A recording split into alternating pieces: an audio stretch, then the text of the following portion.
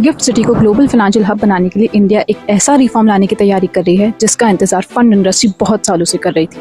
आज जब global investors India focus fund में पैसे लगाते हैं तो इनमें से काफी सारे फंड ट्रस्ट स्ट्रक्चर के थ्रू ऑपरेट करते हैं। ये स्ट्रक्चर काम तो करते हैं लेकिन बहुत सारे ग्लोबल इन्वेस्टर्स इनसे फेमिलियर नहीं होते। इसी वजह से इंडस्ट्री एक ग्लोबली रिकॉग्नाइज्ड फंड स्ट्रक्चर की डिमांड कर रही थी।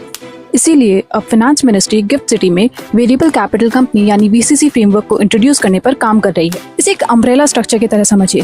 इसमें एक fund manager, stock fund, real estate fund, venture capital fund तरीके के बहुत सारे मल्टीपल फंड्स ऑपरेट कर सकता है। और सबसे इंपॉर्टेंट बात, इस स्ट्रक्चर में हर फंड लीगली सेग्रीगेटेड रहेगा, यानी कि एक फंड का लॉस या लीगल लायबिलिटी दूसरे फंड पर कोई असर नहीं डालेगी। इस फिनोमेना को स्टैट्यूटरी रिंग फेंसिंग कहते हैं। साथ ही वीसीसी एक ग्लोबली रिकॉग्नाइज्ड स्ट्रक्चर है जो दुनिया के बहुत सारे financial centres like Singapore, Luxembourg में यूज होता है। तो इस पॉलिसी का इम्प्लीमेंटेशन गिफ्ट सिटी को एक ग्लोबल इन्वेस्टर हब बना सकता है और बहुत सारे ग्लोबल फंड्स को इंडिया में अट्रैक्ट कर सकता है। ये सिर्फ एक लीगल स्ट्रक्चर चेंज नहीं है, बल्कि ग्लोबल इन्वेस्टमेंट को इंडिया में लाने के साथ साथ फंड मैनेजमेंट का बिजनेस भी इंडिया में लाने की कोशिश है।